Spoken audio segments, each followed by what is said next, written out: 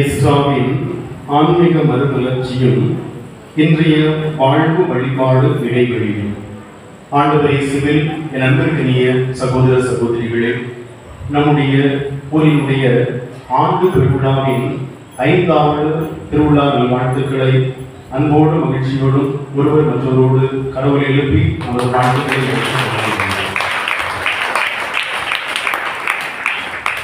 அன்பிற்கினியவர்களே, நம்முடைய திருவிழாவுக்கு வருகின்ற போதெல்லாம் என்னுடைய மனதில் ஒரு மகிழ்ச்சி எப்போதுமே இடம்பெறும். காரணம் என்னவென்றால், நம்முடைய திருவிழா நேரங்களில் நாம் முப்பெரு விழாவினை ஒவ்வொரு ஆண்டும் கொண்டாடி கொண்டிருப்போம். ஆனால் பல ஊர்களில் நாம் பார்த்திருப்போம், ஏதாவது ஒரு ஆண்டு ஏதாவது முக்கியமான நிகழ்வுகளில் முப்பெரு விழா, 50 விழா, 20 விழா என்று கொண்டாடுவார்கள். ஆனால் நம்முடைய திருத்தலத்திற்கு மட்டும்தான் ஒவ்வொரு ஆண்டு பெருவிழா நேரத்திலும் நாம் 30 விழாவை கொண்டாடுகின்றோம். என்னென்ன விழா கொண்டாடுவோம்? நம்முடைய திருத்தலம் என்ன திருத்தலம்? மெக்கில் எழுதுவதனுடைய திருத்தலம். அப்படின்னா மெக்கில் எழுதுவதனுடைய திருத்தலத்தினுடைய விழாவையும் கொண்டாடுகின்றோம். இரண்டாவது என்னது? என்ன ஆலயம்? என்னது? விண்ணேற்பு அன்னை, அதாவது பரலோகமான ஆலயம், அந்த விழாவையும் கொண்டாடுகின்றோம். இன்னும் சிறப்பாக என்ன விழா கொண்டாடுறோம்? ஆண்டவர் இயேசுவின் விண்ணேற்றம். நாம் தான் திருச்சபையினுடைய வரலாற்று சொல்லப்படுகிற போல சரியா அந்த நாளில் கரெக்டாவது 50வது நாள், அதாவது வியாழக்கிழமை கொண்டாடுறோம். எனவே இது ஒரு சிறப்பான ஒரு விழா. இந்த மூன்றையும் இணைத்து ஒவ்வொரு திருவிழாவிலும் கொண்டாடி கொண்டிருக்கின்றோம். ஆனாலும் நமக்கு திருத்தலம் பங்காக உயர்த்தப்பட்ட ஆண்டு இது 2010. திருத்தலமாக உயர்த்தப்பட்டது 2017. எனவே பல்வேறு வளர்ச்சிகளை நாம் கண்டிருக்கின்றோம். நம்முடைய ஊருக்கு கூடுதல் சிறப்பாக நமக்கு பேர் கொடுத்தது மெக்கில் எழுதுவது தான். ஏன்னா இது பங்காவதற்கு முன்பாகவே நம்ம ஊர் சிறப்பு பெற்றது மெக்கில் எழுதுவதற்கு தான். காரணம் என்னன்னா, இதே போல சனிக்கிழமை மத்தியானம் திருப்பதிக்கு சிலர் கலந்து கொண்டுட்டு நைட்டு பூசையில் பங்கெடுப்பாங்க. அப்படியே நைட்டு இந்த இடத்துல தங்கி இருந்துட்டு மறுநாள் காலையில பூசையில் பங்கெடுத்துட்டு தான் தன்னுடைய வீடுகளுக்கெல்லாம் செல்வார்கள். காலகாலமாக பல நூற்றாண்டுகளாக நம்முடைய ஊரில் நடைபெறுகின்ற ஒரு அருமையான ஒரு நம்பிக்கையுடைய வெளிப்பாடு. எனவே இந்த மறைமுறைக்கு நாம் செல்வதற்கு முன்பாக நம்முடைய பாதுகாவலர், நம்முடைய திருத்தலத்தினுடைய பாதுகாவலர் தூய மெக்கில் எழுதுவதை புகழ்ந்து நம்முடைய திருத்தல அந்த பாடலை எல்லாரும் இணைந்து பாடலாம். எல்லாருக்கும் இணைந்து பாட்டுதான். நான் பாட என்னோடு இணைந்து பாடுங்கள். காவல் புரியும் நல் தூதா தூயமிக்கேல் அதிபதிநாதா. பாடுங்க. காவல் புரியும் நல் தூதா தூயமிக்கேல் அதிபதிநாதா. தாயும் நீரே தந்தை நீரே, தாயும் நீரே தந்தை நீரே, தவிப்போக்கு உபகாரி நீரே, தவிப்போக்கு உபகாரி நீரே. காவல் புரியும் நல் தூதா தூயமிக்கேல் அதிபதிநாதா. காவல் புரியும் நல் தூதா தூயமிக்கேல் அதிபதிநாதா. வெங்கடாச்சலபுர காவலரே, பேய்கள் பிணிகள் விரட்டுவீரே. பாடுங்க. வெங்கடாச்சலபுர காவலரே, பேய்கள் பிணிகள் விரட்டுவீரே. வெண்ணீர குதிரை வருபவரே, வெண்ணீர குதிரை வருபவரே, வேண்டும் மக்களை காப்பவரே, வேண்டும் மக்களை காப்பவரே. காவல் புரியும் நல் தூதா தூயமிக்கேல் அதிபதிநாதா. காவல் புரியும் நல் தூதா தூயமிக்கேல் அதிபதிநாதா. மீண்டும் ஒரு முறை நாம் கடவுள் எழுப்பி நம்முடைய திருத்தல. எனவே நம்முடைய திருத்தலம் உயர்த்தப்பட்டதுதான். எல்லா இடங்களுக்கும் இது சிறப்பு. எனவே நம்முடைய திருத்தலத்துடைய பாதுகாப்பு தூய மெக்கில் என்பதில் புகழ்ந்து பாடினோம். அன்பிற்குரியவர்களே, இன்றைய இந்த ஆண்டு பெருவிழா நேரங்களில் நாம் 8 நவநாட்களில் வந்து ஒரு சிறப்பான மையக்கருத்தை சிந்தித்துக்கிட்டு இருக்கோம். அதுதானே மற்ற திருவிழா காலங்களை விட இந்த திருவிழா ஆண்டுல வந்து நல்ல சிறப்பான மையக்கருத்தோடு நாம் சிந்திக்க அழைக்கப்பட்டிருக்கின்றோம். நீ திருப்பதி நிகழ்ச்சி இந்த அண்ணன் விக்டர் அவர் கூட சொன்னாங்க, ரொம்ப சூப்பரான தலைப்பு. நீங்கள் வந்து ஆச்சரியப்பட்டிருக்கீங்க, ஏன்னா ஒரு விவிலியத்தில் வந்து போய் நாம் பார்க்கின்ற பெயர்களை இந்த திருவிழா நோட்டீஸையும் பார்க்கிறோமே, ரொம்ப அழகான பெயர். 8 நாள் நவநாள் திருப்பலியிலும் அந்த ஒரு ஆழமான சிந்தனை. காரணம் என்னன்னா, பழைய பாட்டில் இருக்கின்ற அந்த விவிலிய கதாபாத்திரங்கள். குறிப்பாக சொல்லணும்னா முதல் நாள்ல வந்து நீங்க வந்து யாரை சிந்தித்து பார்த்தீங்க? நோவா. 2ஆம் நாள் யாக்கோபு ஏசா, 3ஆம் நாள் சாலமோன், 4ஆம் நாள் யோசுவா, 5வது இன்றைய நாள் வந்து எஸ்ரா, இன்னும் அடுத்த நாள் வந்து ஒசேயா, ஆமோஸ் அண்ட் எசேக்கியேல் என்று நீங்கள் அருமையாக அந்த விவிலிய கதாபாத்திரங்கள், அதாவது பழைய பாட்டில் இருக்கின்ற கதாபாத்திரங்களை எடுத்து இன்றைய காலகட்டத்தில் வந்து நாம் எப்படி அதை வந்து நம்ம வாழ்க்கையோடு இணைத்துக் கொள்ளலாம் இதை சிந்தித்துக்கிட்டு இருக்கிறோம். இதுதான் வந்து நம்முடைய வரலாற்றில் வந்து மிக முக்கியத்துவம் வாய்ந்த ஒரு சிந்தனையை கொடுக்கின்றது. நம்ம எல்லாம் வந்து நம்ம பிள்ளைகளுக்கு சொல்லுவோம், பெரியவங்க சொற்களை வந்து என்ன செய்யணும்? கேட்கணும். மூத்தோர் சொல்லும் முதுநெல் இணையும் கனியும், முன்னே கசக்கும் பின்னை இடிக்கும். அப்படின்னா மூத்தோர், அதாவது நமக்கு முன்னோருடைய சொற்கள் வந்து ரொம்ப ஆழமான அர்த்தமுள்ள சொற்கள். பெரியவருடைய வார்த்தையை கேட்டு நடந்த எந்த பிள்ளைகளும் வந்து தவறி போனதா வந்து வரலாறு கிடையாது. வீட்டில் நம்ம பெரியவங்க இருக்காங்க, நம்ம வீட்டில் வந்து வயசானவர்களுடைய வார்த்தைகளை கேட்டு நடக்கும்போது அந்த பிள்ளைங்களாம் ஆசிரியப்பட்ட பிள்ளைங்களா இருப்பாங்க. அதிலும் குறிப்பாக சில வீடுகள்லாம் வந்து பெரியவங்க, அதாவது வயசான தாத்தா பாட்டிகள் வந்து சின்ன பிள்ளைய வந்து சாயங்காலம் நேரம் ஆயிட்டுனா அப்படியே கோயில் வடாகத்துக்கு கூட்டு வருவாங்க. கூட்டு வந்து ஒவ்வொரு சுபத்தியம் சேசுப்பார் சேசு தொட்டுக்கு முடு மெக்கில் ஆண்டவர் பாருப்பார். இந்த மாதிரி வளர்க்கப்படுற பிள்ளைங்கள்லாம் பின்னாடி வந்து நல்ல பிள்ளைகளா இருப்பாங்க என்பது நம்ம கண்கூடா பார்க்கிறது. அதே போலதான் இந்த திருவிழா காலங்களில் வந்து நாம் விவிலியத்துல வந்து, அதாவது பழைய பாட்டில் இருக்கிற விவிலிய மாணவர்களை வந்து நாம் எந்த அளவுக்கு சிறப்பாக சிந்திக்கின்றோமோ அந்த அளவுக்கு நமது வாழ்வுக்கு தேவையான மிக அழகான ஆழமான கருத்துக்களை பெற்றுக்கொள்ளலாம். அந்த அடிப்படையில் வந்து இந்த 8 நாட்கள் வந்து ஒரு சிறப்பான ஒரு நாட்கள். நீங்களும் ரொம்ப அழகா வந்து கவனிச்சுட்டு இருக்கீங்க என்பது பங்கு சொன்னாங்க. எனவே அன்பிற்குரியவர்களே, இன்றைய நாளிலும் நமக்கு கொடுக்கப்பட்டிருக்கின்ற அந்த மைய கருத்து வந்து ரொம்ப அழகான ஒரு மைய கருத்து, ரொம்ப ஆழமான ஒரு செய்தி உள்ளது. எஸ்ரா என்ன தலைப்பு சொல்லுங்க பார்ப்போம். எஸ்ராவின் ஆன்மீக மறுமலர்ச்சியும் இன்றைய வாழ்வும் வழிபாடும் இடைவெளி. அன்பிற்குரியவர்களே, இதுல வந்து இந்த 2 தலைப்புகளை இணைப்பது வந்து மறுமலர்ச்சி. மறுமலர்ச்சி என்பதுனா என்ன அர்த்தம்? மறுமலர்ச்சி என்பது ஏற்கனவே நடைபெற்று கொண்டிருக்கிற ஒரு செயல்பாட்டுல ஏதாவது ஒரு புதுமையை கொண்டு வரணும். நாம் எல்லாம் எத்தனை நூற்றாண்டில் இருக்கின்றோம்? 21ஆம் நூற்றாண்டில் இருக்கின்றோம். இந்த 21ஆம் நூற்றாண்டுல வந்து எல்லாமே மறுமலர்ச்சி அடைந்து விட்டது. குறிப்பா சொல்லணும்னா, ஒரு 20 வருஷத்துக்கு முன்னாடி கோயில்பட்டியிலிருந்து நம்ம வெங்கடாச்சலத்துக்கு வரணும்னா இந்த ரோடு எப்படி இருக்கும்? மேடு பள்ளமா இருக்கு. இப்ப எப்படி இருக்குது? சூப்பரா ஃபர்ஸ்ட் கிளாஸ் ரோடா இருக்குது. அப்பனா அதுல வந்து மறுமலர்ச்சி அடைஞ்சிருக்கு. அப்படிதானே? சப்போஸ் நீங்க எல்லாரும் வந்து இந்த பக்கத்துல வரீங்கன்னு வச்சுக்கோங்களேன், எங்களுக்கு இந்த ரோடே தெரியாது, நாங்கெல்லாம் 30 வழக்கு தான் வருவோம். அப்படி வரவங்களுக்கு கூட நம்ம வந்து அது வரைக்கும் நல்லா வந்துடலாம். ஆனா 30 அந்த இடத்தை தாண்டின உடனே நம்ம எதுக்கு வரணும்? ஆத்துக்கு வரணும். இப்ப பார்த்து மெதுவாக தண்ணிலாம் போனா சுத்தி தான் வரணும். ஆனா இப்ப என்ன போட்டிருக்கிறாங்க? சூப்பரான பெரிய பாலம் போட்டிருக்கிறாங்க. இது ஒரு மறுமலர்ச்சி தான். 20 வருஷத்துக்கு முன்னாடி பார்த்ததை விட இப்ப நமக்கு வருகின்ற அந்த போக்குவரத்து ரொம்ப சூப்பரா மறுமலர்ச்சி அடைந்திருக்கின்றது. அதே போல நம்முடைய பொருளாதாரமும் வந்து மறுமலர்ச்சி அடைஞ்சிருக்கு. அப்படிதானே? ஒரு 20 வருஷத்துக்கு முன்னாடி வந்து பொம்பளைக்கு சம்பளம் எவ்வளவு? 30 ரூபா 35 ரூபா. இன்னைக்கு சம்பளம் எவ்வளவு? காட்டு வேலை மூடையாளருக்கு 400 ரூபா 500 ரூபா. திறமைக்கு வந்து 1000 ரூபாய் சம்பாதிக்கலாம். அதே போல வீட்டுல கணவர் மகள் வந்து முன்னாடி 20 வருஷத்துக்கு முன்னாடி 100 ரூபாய் சம்பாதிச்சாங்க. இப்ப திறமைக்கு எவ்வளவு சம்பாதிக்கலாம்? சாதாரண மக்கள் 1000 ரூபாய் 1500 ரூபாய் 2000 சம்பாதிக்கலாம். அதுலயும் மறுமலர்ச்சி அடைந்திருக்கு. அப்படிதானே? இதுக்கு முன்னாடி நம்ம திருவிழா காலங்களில் ட்ரெஸ் எடுக்காங்கன்னா ஒரு ட்ரெஸ் எடுப்பாங்க. ஆனா இப்ப திருவிழா நம்ம எத்தனை ட்ரெஸ் எடுப்பாங்க? வீட்டுல சிலவங்க வந்து 5 ட்ரெஸ் 10 ட்ரெஸ், கொடியேற்றத்துல இருந்து திருவிழா வரைக்கும் புது ட்ரெஸ்ஸா போட்டுட்டே இருப்பாங்க. அது ஒரு மறுமலர்ச்சி தான். நம்முடைய பொருளாதாரம் முன்னேறி இருக்கின்றது. அதனால நம்மையே நல்லா அழகுபடுத்திக்கிட்டு நம்முடைய பாதுகாவலருக்கு நாம் திருவிழா கொண்டாடிக்கிட்டு இருக்கிறோம். இதெல்லாம் மறுமலர்ச்சியுடைய வெளிப்பாடு. ஆனா இந்த மறுமலர்ச்சியே இல்லாம இருப்பது என்னது? ஆன்மீகம் மட்டும்தான். அன்னைக்கு பூசை அப்படிங்கிறதோ அதே போல பொங்கல். பூசையில் நம்ம எப்படி பங்கெடுத்து போனோம் அதே போல பங்கெடுக்கிறது அப்படியே பூசை பார்த்துட்டு போறோம், அப்படியே செயல்படலாம்.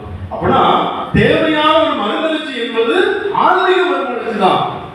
ஆன்மீக மறுமலர்ச்சி தான் இன்றைக்கு உலகத்தில் தேவையான ஒன்றாக இருக்கின்றது. இது வரலாறு நமக்கு சொல்லி தருகின்றது. குறிப்பாக சொல்லணும்னா அமெரிக்கால ஒரு ஆய்வினை மேற்கொண்டாங்க. 1980 ஒரு ஆய்வினை மேற்கொண்டாங்க. அது எந்த ஆய்வுனா, அவங்க சொன்னாங்க இந்த உலகத்துல சிறப்பானது அறிவு தான். அதனால என்ன சொன்னாங்கன்னா ஐக்யூ, அதாவது இன்டெலிஜென்ட் கொஸ்டின் சொல்லுவாங்க. ஐக்யூ தான் சிறப்பு. யார் ஒருவர் அறிவுல சிறப்பாக இருக்கின்றாரோ அவர் தான் இந்த உலகத்துல ஒரு பெரிய ஒரு மனிதர். அறிவு வைத்துதான் உலகமானது கணக்கிடப்படுகின்றது. அறிவுல சிறந்து இருக்கவங்க இந்த உலகத்துல வல்லாதி வல்லவர்கள் என்று சொன்னாங்க. ஆனா அதுக்கடுத்து ஒரு 10 வருஷம் கழிச்சு 1990களில் இன்னொரு ஆய்வினை மேற்கொண்டாங்க. அவங்க என்ன சொன்னாங்கன்னா, அறிவு மட்டும் முதிர்ச்சி அடைந்திருந்தோம்னா நம்ம ஒண்ணும் செய்ய முடியாது. அது கூட இணைந்து என்ன செய்யணும்? உணர்வுகள், அதாவது உணர்வுகளில் முதிர்ச்சி தேவைப்படுது. அறிவுல ரொம்ப சிறப்பாக இருப்பவங்க சில நேரங்கள் நம்மளுடைய வாழ்க்கையில கஷ்டம் வருகின்ற போது உடஞ்சி போயிடுறாங்க, சுக்குநூறா போயிடுறாங்க. சிலர் தூக்கு தண்டனைகள்லாம் போகும்போது ரொம்ப மனம் உடைஞ்சு போயிடுறாங்க. சிலர் தற்கொலைக்கு முயற்சி செய்தாங்க, அறிவுகள் அதிகமாக இருப்பவர்கள். அதனால என்ன தேவைன்னா உணர்வு முதிர்ச்சி, அதாவது EQ என்று சொல்வார்கள், எமோஷனல் கொஸ்டின். உணர்ச்சியில யாரெல்லாம் உயர்ந்து இருக்கின்றார்களோ, ஒரு உணர்வை கையாள தெரிந்தவர்கள் தான் இந்த உலகத்தில் சிறந்த மனிதர்கள். அதாவது இன்பமாக இருந்தாலும் அதை வாழ பழகிக்கணும், துன்பமாக இருந்தாலும் அதை வாழ பழகிக்கணும். கஷ்டம் வரும்போதும் அதை சந்தோஷமா எடுத்துக்கிடணும், துன்பம் வருகின்ற போதும் அதை வாழ்வதற்கு பழகிக்கொள்ள வேண்டும். அப்படி யார் ஒரு மனிதன் இருக்கின்றானோ அவன் தான் அந்த உலகத்தில் எப்படிப்பட்ட மனிதன்? தலை சிறந்த ஒரு மனிதன் என்று சொல்லப்பட்டது. அதுக்கு ஒரு 10 வருஷம் கழிச்சது, 2000 வருஷம் வந்தது. அப்போது ஒரு ஆய்வினை மேற்கொண்டார்கள். என்னதான் அறிவு முதிர்ச்சி இருந்து, என்னதான் உணர்ச்சியில முதிர்ச்சி இருந்தாலும் இன்னும் ஒன்று குறைபடுகின்றது. அது என்னன்னா ஆன்மீக முதிர்ச்சி, அதாவது SQ என்று சொல்வார்கள், ஸ்பிரிச்சுவல் கொஸ்டின். இந்த அமெரிக்கால படித்த வல்லுநர்கள்லாம் மேற்கொண்டு ஆய்வு. அப்ப அவங்க சொன்னாங்க, ஆன்மீக முதிர்ச்சி தான் உலகத்துல தலை சிறந்தது. ஆன்மீகத்தில் யார் ஒருவர் சிறந்து இருக்கின்றாரோ அவர் தான் இந்த உலகத்துல தலை சிறந்த ஒரு மனிதன். அவரை போல உலகத்தை யாருமே இருக்க முடியாது. அதனால ஆன்மீகம் தான் முக்கியமானது என்று சொன்னார்கள். அமர்ந்திருக்கிறீர்களே, இந்த உலகத்துல தலை சிறந்த முதிர்ச்சி என்பது ஆன்மீக முதிர்ச்சி தான். அதுக்கு ஒரு நல்ல எடுத்துக்காட்டுனா நம்ம குடும்பம் தான். நம்ம குடும்பத்தில் பாருங்களேன், எல்லாரும் குறிப்பிட்ட வயசு வரைக்கும் என்ன செய்வாங்க? அங்கு மிக ஓடி பல்வேறு விதமான வேலையெல்லாம் செய்வாங்க. ஆனா எல்லாத்தையும் செட்டில் பண்ணி முடிச்ச பிறகு வயசான காலத்துல எங்க இருப்பாங்க? கோயில் தான் கதி. எப்படா பூசைக்கு வருவோம், எப்போ கோயில ஜபத்துக்கு போவோம் அப்படின்னு பங்கெடுக்க வருவாங்க. அப்படின்னா வாழ்க்கையில உண்மையான நிறைவு தருவது எது? ஆன்மீகம் மட்டும்தான். இந்த ஆன்மீக முதிர்ச்சி தான் வாழ்வில் ஒருவருக்கு நிறைவு தெரிவிக்கிறது. அந்த ஒரு மறுமலர்ச்சி ஏற்படுத்தியதுதான் யாரு? எஸ்ரா. எஸ்ராவை நீங்க உன்னதமாக நாம் சொல்கிறோம் என்றால் அதுக்கு முக்கியமான ஒரு காரணம், அவர் ஆன்மீகத்தில் மறுமலர்ச்சி ஏற்படுத்தினார். ஆன்மீகத்தில் ஒரு புத்துணர்ச்சியை கொண்டு வந்தார் இஸ்ரேல் மக்களுடைய வாழ்வை. அதன் காரணமாக தான் அவர் இன்றும் மிகப்பெரிய ஒரு தலைவராக போற்றப்பட்டு வருகின்றார். அன்றைக்கு இந்த எஸ்ராவுடைய ஆன்மீக மறுமலர்ச்சியை தெரிவதற்கு முன்பாக நம்ம இஸ்ரேல் மக்களுடைய அந்த வாழ்க்கையை கொஞ்சம் சிந்தித்து பார்க்க கடமைப்பட்டிருக்கின்றோம். இஸ்ரேல் மக்கள் உங்களுக்கு யாரும் தெரியும், கடவுளால தேர்ந்தெடுக்கப்பட்டவர்கள். அவருடைய சார்ந்தான் நம்ம எல்லாம் கிறிஸ்துவை பின்பற்றுகின்றோம். அதாவது யூதர்கள் முதலாக கடவுள் உலகத்தை படைக்கின்றார். உடனே ஆபிரகாம் வழியாக ஒரு பெரிய சந்ததியை உருவாக்குறார். அப்படிதானே? அந்த சந்ததி தான் யாரு? இஸ்ரேல் மக்கள். கடவுளால் தேர்ந்து கொள்ளப்பட்ட மக்கள், கடவுளால் மிகுந்த அன்பு செய்யப்பட்ட மக்கள், கடவுள் தன்னுடைய உடன்படிக்கை கொடுத்த மக்கள். நான் உங்கள் ஆண்டவர், நீங்கள் என்னுடைய மக்கள் என்று மிகப்பெரிய உறவினை ஏற்படுத்திய கடவுள் இஸ்ரேல் மக்களோடு தான்.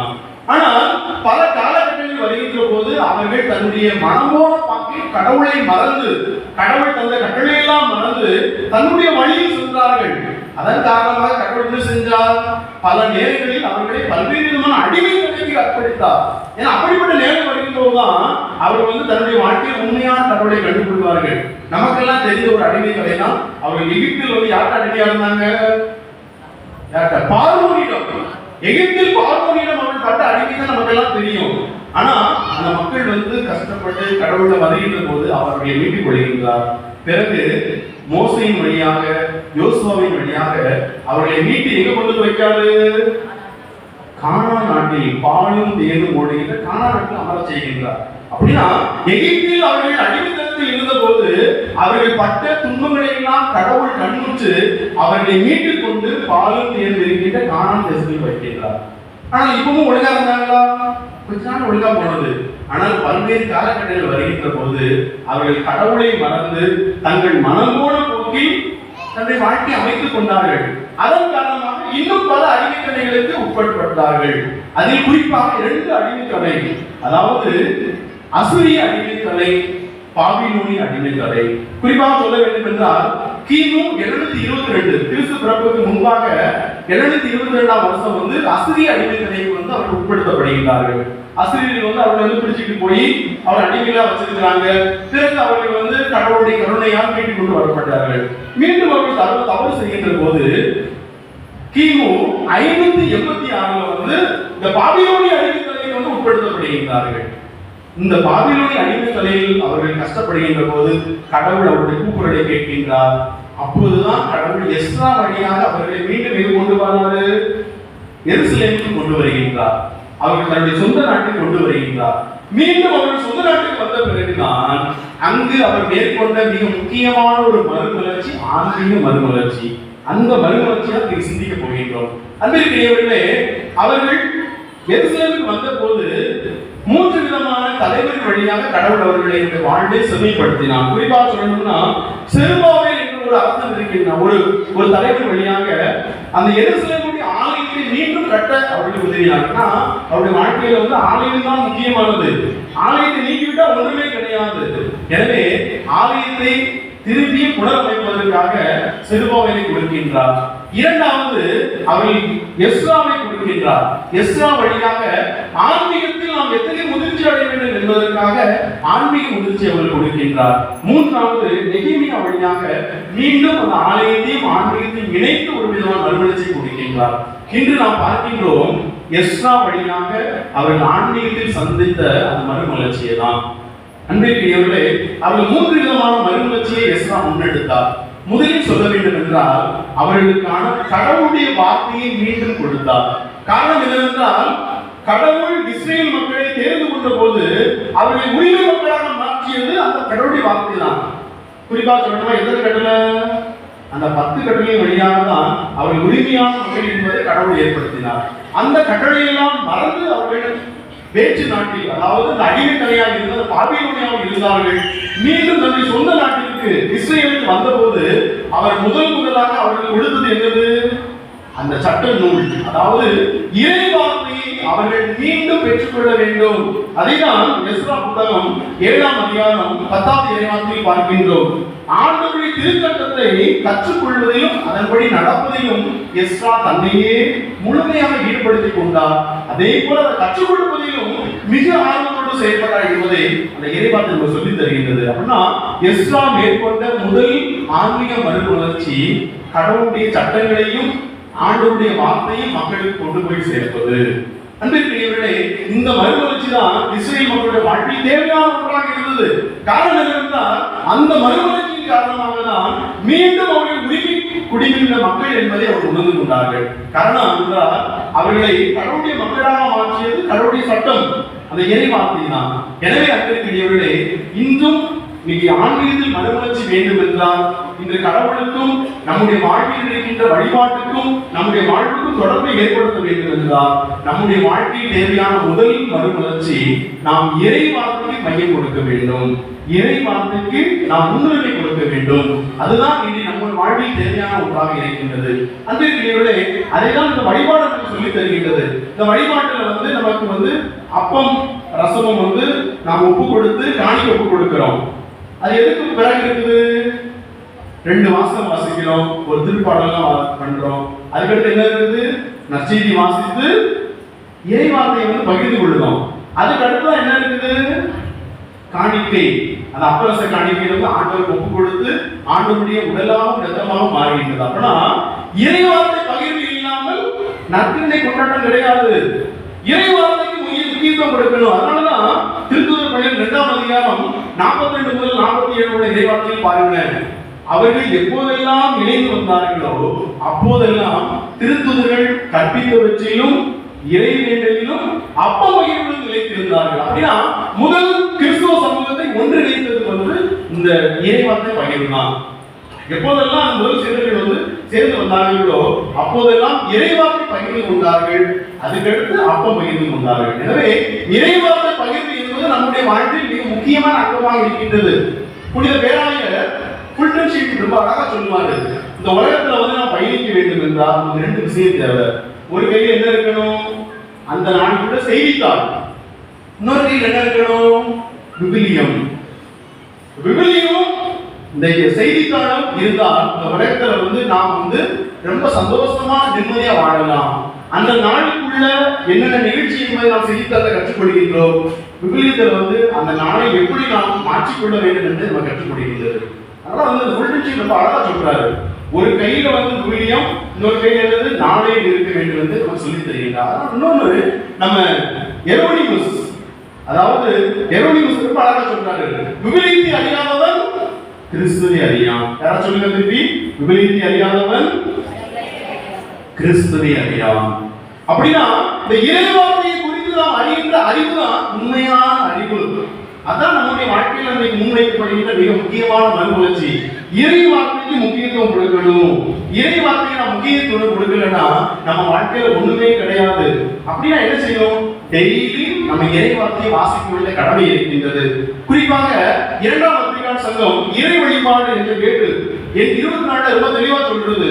விவிலியம் இறைவனுடைய வழிபாடு என்பதை புரிந்து விவிலியத்தின் மூலம் கிறிஸ்துவை அறிய உதவுகின்றது. அப்படின்னா விவிலியம் என்பது இறைவனுடைய வெளிப்பாட்டை நமக்கு சொல்கின்றது. அந்த விவிலியத்தின் வழியாக நாம் யாரை அறிகிறோம்? கிறிஸ்துவை அறிகின்றோம். நம்மெல்லாம் கிறிஸ்துவின் சீடர்கள், கிறிஸ்துவை பின்பற்றுகிறோம் என்று நாம் சொல்கின்றோம் என்றால் அந்த கிறிஸ்துவை யாரிடம் பெற்றிருக்கின்றோம்? இந்த விவிலியத்தில் இருந்துதான் நாம் பெற்றிருக்கின்றோம். அப்படின்னா இந்த விவிலியத்தை அறியதின் வழியாக தான் நாம் கிறிஸ்துவை அறிய முடியும். நாம் கிறிஸ்துவாக இருக்கின்றோம் என்றால் இந்த விவிலியத்தை ஒவ்வொரு நாளும் அறிய கடமைப்பட்டிருக்கின்றோம். எனவே எஸ்ரா மேற்கொண்ட முதல் அந்த மறுமலர்ச்சி இறை வார்த்தைக்கு முக்கியத்துவம் கொடுத்தல். இன்னைக்கு நம்ம வீட்டுல இறை வார்த்தைக்கு முக்கியத்துவம் கொடுக்க முடியுமா? டெய்லி பைபிள் வாசிக்கணும். எத்தனை குடும்பத்தில் டெய்லி பைபிள் வாசிக்க கைக்கு பார்ப்போம்? ஒரு சில குடும்பம் தான். இன்னைக்கு உங்க பள்ளி சண்டையை கூட ஒரு அருமையான தன்னுடைய அனுபவத்தை, அதாவது அற்புதத்தை பகிர்ந்து கொண்டாரு அவர் வாழ்க்கையில. இந்த இறை வார்த்தையை நான் மீண்டும் மீண்டும் சொல்வதன் காரணமாக என் வாழ்க்கையில் அதிசயம் நடந்திருக்குது. அது என்ன அதிசயம்? நீங்க பழக்கப்படுது அதிசயம் நடந்திருக்குது. அவர் தனிப்பட்ட வாழ்க்கையில பல முறை ட்ரை பண்ணி போய் கிடைக்காத ஒண்ணு அந்த இறை வார்த்தையே ஒரு சகோதரக்குழு சொன்ன பிறகு அதை சொன்னதுக்கு அடுத்து அது கிடைக்கப்பட்டதாக பாதத்தை சாயங்காலம் சொன்னாங்க. எனவே அன்புக்குரியவர்களே, இறை வார்த்தைக்கு இருக்கின்ற அந்த மதிப்பு என்பது வேற. இதுதான் முன்னோர்கள் சொல்லி கொடுத்தாங்க. முன்னோர்கள் சின்ன பிள்ளைங்க சொல்லி கொடுப்பாங்க. என்ன சொல்லி கொடுப்பாங்க? அந்த காவல் தூதர்களுக்கு ஜபம் சொல்லி கொடுப்பாங்க. தெரியுமா? அவங்களுக்கு தெரியுமா? அந்த பழைய கால ஜபம், ஒரு சின்ன எளிய ஜபம் தெரியுமா? என்ன ஜபம்? எனக்கு காவலா இருக்கின்ற, சொல்லுங்க சிஸ்டர், அழகான ஜபம். எனக்கு காவலா இருக்கின்ற சமணசானவரே, தேவரின் கிருபையால் உம்மிடம் ஒப்படைக்கப்பட்டிருக்கின்ற என்னை உமது ஞான வெளிச்சத்தை தந்து என்னை காத்து வழிநடத்த. அருமையான சின்ன ஜபம் தான். இந்த இறை வார்த்தை தான் நம்முடைய முன்னோர்களை காத்து வந்தது. எனவே அன்பிற்குரியவர்களே, இன்னைக்கு நம்மளுடைய வாழ்க்கையும் இந்த வழிபாடு ஒன்றா போனோம்னா நம்ம எதுக்கு முக்கியத்துவம் கொடுக்கணும்? இறை வார்த்தைக்கு முக்கியத்துவம் கொடுக்கணும். இறை வார்த்தைக்கு முக்கியத்துவம் கொடுக்க முடியுமா என்று சிந்தித்து பாருங்கள். அதே போல எஸ்ரா மேற்கொண்ட 2வது மறுமலர்ச்சி தூய்மையான ஒரு வாழ்வு வாழ வேண்டும். இஸ்ரேல் மக்கள் கடவுளால் தேர்ந்தெடுக்கப்பட்ட மக்கள், கடவுளால் அன்பு செய்யப்பட்ட மக்கள். எனவே அவர்கள் தூய வாழ்வுக்கு வேறு போனவர்கள். குறிப்பாக தூய வாழ்வு என்பது அவர்கள் தன் இனத்தோடு கொள்கின்ற அந்த திருமண உறவை சொல்லப்படுகின்றது. அது எஸ்ரா புத்தகம் 9ஆம் அதிகாரம் 2வது இறைவார்த்தையில் பார்க்கின்றோம். அவர்கள் வேற்று நாட்டில், அதாவது பாபிலோனியாவில் அடிமைத்தலையில் இருக்கின்ற போது அவர்கள் பிற நாட்டு மக்களோடு திருமணம் செய்து கொண்டதால் தன் இனத்துடைய அந்த தூய்மையை இழந்து விட்டார்கள். எனவே இப்போ வந்து சொந்த நாட்டுக்கு, அந்த இஸ்ரேல் நாட்டுக்கு வந்த பிறகு அவர்கள் சொல்லப்படுகிற மிக முக்கியமான பாயிண்ட் என்னது? நீங்கள் தூய்மையான இனம், உங்கள் இனத்தை காத்துக் கொள்ளுங்கள். இன்னைக்கு நம்ம வாழ்க்கையில் அதையே முன்னிலைக்க வேண்டும் என்றால் தூய்மை என்பது எப்படி பார்க்கப்படுகின்றது? நம்முடைய உள்ளத்தில் தூய்மை இருக்குதா? தூய்மைதான் வந்து வாழ்க்கைக்கு அழகு சேர்க்கின்றது. இன்னைக்கு நம்ம வெளியே வந்து பல்வேறு விதமான ஆடை அலங்காரங்களோடு சுத்தலாம். வாழ்க்கையில தூய்மை இருக்குதா? உள்ளத்தில் யார் ஒருவருக்கு தூய்மை இருக்கிறதோ அவர் செய்கின்ற எல்லா செயலிலும் வெற்றி அடைவார். அதனாலதான் பல்வேறு புனிதர்கள் நம்ம சொல்லுவோம். புனித அந்தோனியார் கையில் என்ன இருக்குது? வடதேசம் இருக்குது. இன்னொன்று எது இருக்குது? லீலி மலர் இருக்கு, தெரியுமா? அது எதுக்கு? தூய்மை லீலி மலரான புனித அந்தோனியாரே. அப்படின்னா தூய்மைக்கு இலக்கணம் அந்தோனியார். அவர் அத்தனை புதுமைகள் செய்தார் என்றால் அது முக்கியமான காரணம் உள்ளத்தில் இருந்த தூய்மை. இன்னைக்கு நம்ம வாழ்க்கையில் அதிசயமும் அற்புதமும் நடைபெற வேண்டும் என்றால் எஸ்ரா சொல்கின்ற ஒரு அருமையான பாயிண்ட், உங்களுடைய உள்ளத்தில் தூய்மையா இருங்க. உள்ளத்தில் தூய்மையா என்னன்னா உள்ளொன்று வைத்து புறமொன்று பேசுவது கிடையாது. உள்ளத்துல என்ன இருக்குதோ அதை தான் வெளியே சொல்லணும். ரொம்ப அழகா வந்து ஒரு ஆங்கிலத்தில் ஒரு பழமொழி சொல்லுவாங்க, face is the index of mind. உன்னுடைய உள்ளுக்கு என்ன இருக்குதோ அதை முகம் காட்டி கொடுத்துரும். எனவே உள்ளத்தை தூய்மையா வைத்துக்கொள். நீ செல்கிற இடமெல்லாம் என்ன நடக்கும்? அதிசயமா இருக்குது நடக்கும். இதுக்கு நல்ல ஒரு எடுத்துக்காட்டு சொல்லணும்னா, உங்க வீட்டுல வந்து இதுக்கு சின்ன குழந்தைங்க பாருங்களேன்.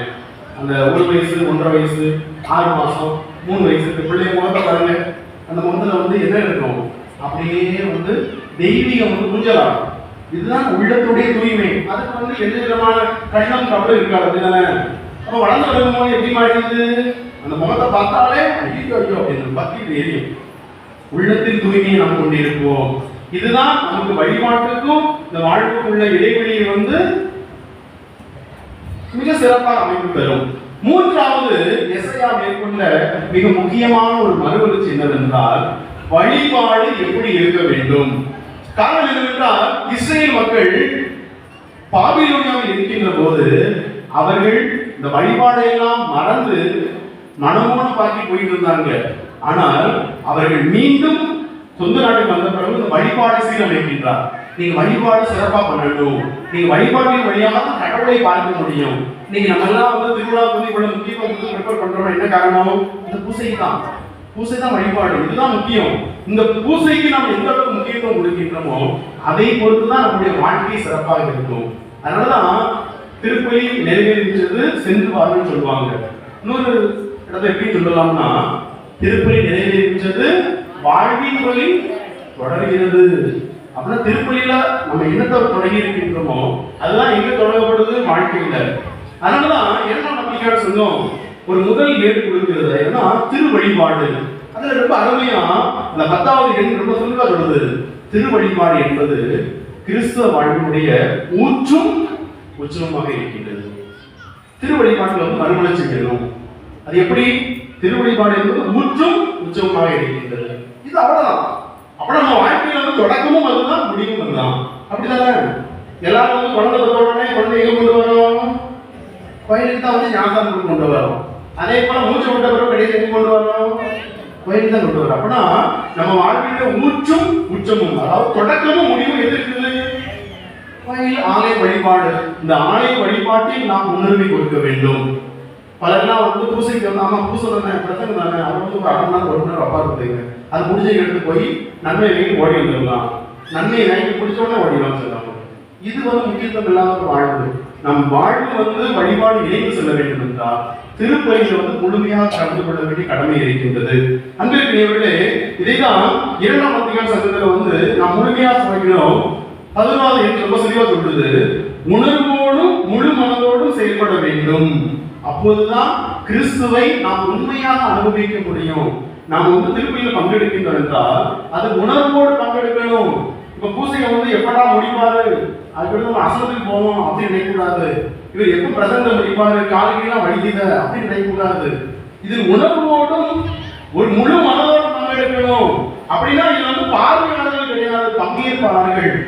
எல்லாரும் வீட்டில் சொல்லுவாங்க, பூசைக்கு பூசை பார்க்க போவோமா அப்படின்னு கேட்பாங்க. பூசை வந்து கிராம கிடையாது பார்க்கறதுக்கு, இது வந்து பங்கெடுக்க வரணும். பூசையில வந்து நம்ம வந்து நம்மையே பங்கெடுக்கணும். குருவான ஜெபிக்கின்ற போது அந்த ஜெபத்தில் வந்து நம்மை நினைத்துக் கொள்ளணும்.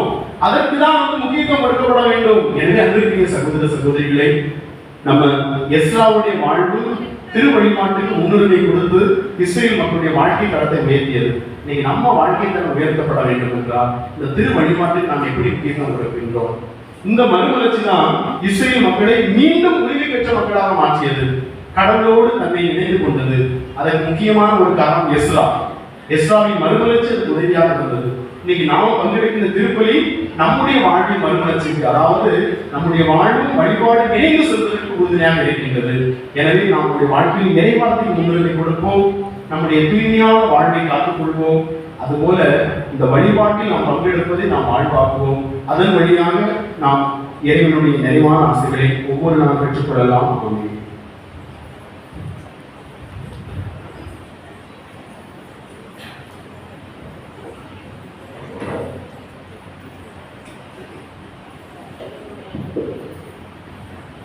அன்புமிக்க சகோதர சகோதரிகளே, எழுந்து நின்று அந்த மன்றாட்டுகளை